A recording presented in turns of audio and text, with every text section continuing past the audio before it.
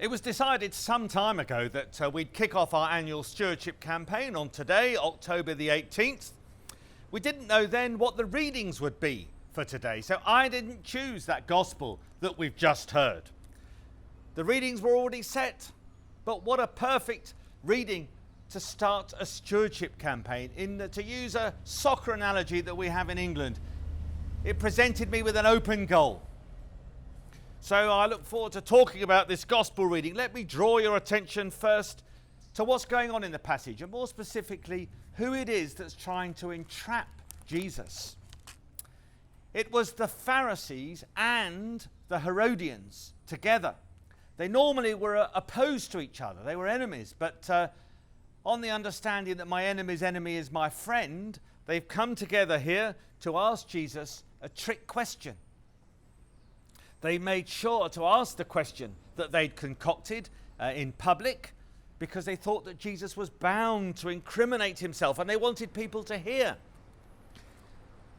And this was the question that, in their cleverness, they came up with. It was this. They asked Jesus, "Is it right to pay taxes to Caesar or not?"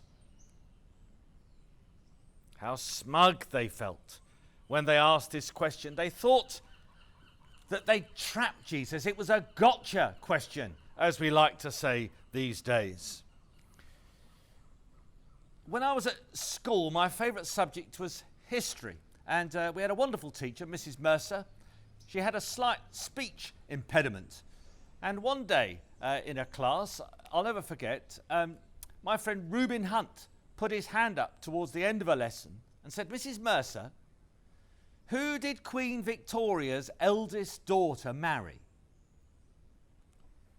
Well, nobody was quite sure why Reuben asked this question. He wasn't the most intellectually curious boy in the class. But we soon found out, because Mrs. Mercer said to him, Reuben, she married the Prince of Prussia." So we realised that Reuben had spent the whole lesson trying to find a question to which the answer was the Prince of Prussia. The Pharisees and the Herodians, like my friend Reuben, were feeling smug when they asked their question. The Herodians supported Herod, the puppet king under Rome, who ruled in Jesus' time. So they had a vested interest in the status quo. They knew that if Jesus were to deny the legitimacy of paying taxes to Caesar, then that would be a political offence. It would be sedition. The Pharisees, on the other hand, they were no friends of Herod. They resented the fact that a foreign army had invaded their land and demanded that they pay tax. But their resentment went further than that. The Jews had a moral and a religious objection to the imagery on the Roman coinage. They didn't put images of people on coins or on anything for that matter. But the Emperor Caesar had no such qualms. He made sure his image was on the coins. And then he put an inscription round the edge that caused even more offence. "Caesar, Son of God, High Priest."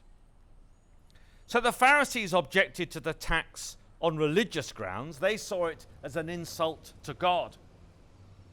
The Pharisees and the Herodians came together to challenge Jesus because they thought that in answering their question, Jesus was bound to upset someone. Either he'd fall foul of the government for political reasons by saying that they shouldn't pay tax, or he'd upset religious sensibilities of the majority of the people by saying that they should pay tax to a foreign heretic. They thought that they left Jesus no wriggle room. They were sure he'd incriminate himself. It seemed such a clever trap. But Jesus saw it coming and didn't fall into it. Jesus doesn't answer the question straight away. He asks them to do something. "Show me a coin," he says. And then he asks the question, and whose head is on the coin? And whose title? And they replied, "The emperor." And it's been true throughout the ages that money has borne an image. In England, we have the Queen's head on all the currency. Over here, it's various presidents who appear on the notes and the coins. And you also have an interesting inscription over here. In God we trust. And someone can explain to me afterwards how this came to be and what it signifies. But it does invite an interesting question. Does our use of money declare that we really do trust God? There's a well-known story of a young boy who got his hand stuck in a very expensive antique vase. His parents couldn't get his hand out, and they were resigned to losing this family heirloom as they broke it to get their son's hand out. So they said, well, let's just have one more try. Put all your fingers straight and see if you can pull your hand out of the jar. But then I'll drop my penny, said the boy. The boy was clinging on to his money, which is the opposite of what we're thinking about today. Giving, not clinging. And I think if we're to trust God with our finances, then we need to give in a planned and thoughtful manner. And let me say what I mean by this. Giving in a planned way means that we're intentional about our giving. We sit down with our budget and we plan to give something away, which means that we don't just tip God. We don't simply offer him something of what's left over. The Bible talks about giving the first fruits of our harvest to God. And I must say at this point how grateful I am to the over 200 households who are part of our stewardship scheme.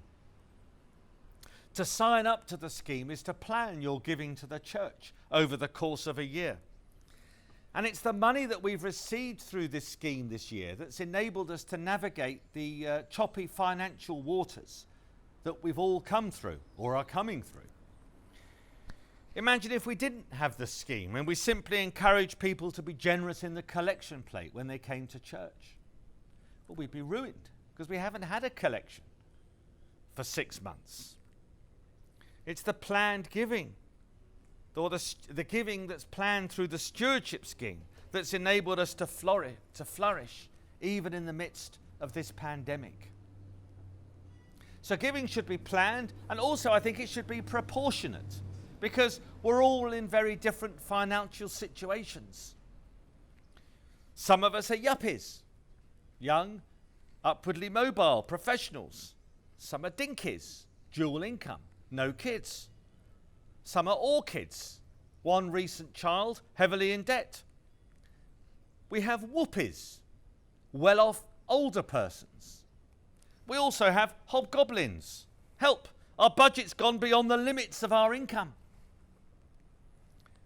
We're all somewhere on that scheme. And our giving should be proportionate because we all have different amounts of money we can give. To give proportionately means to give a percentage of our income. The Church of England recommends 5% of our income. But I'm delighted that the Episcopal Church here in America seems to go with a more biblical principle of 10%. That's what tithing is in the Bible. It's a giving of 10%. We might start with a lower percentage and have 10% as an aspiration. But the principle is that we give a proportion of our income to God.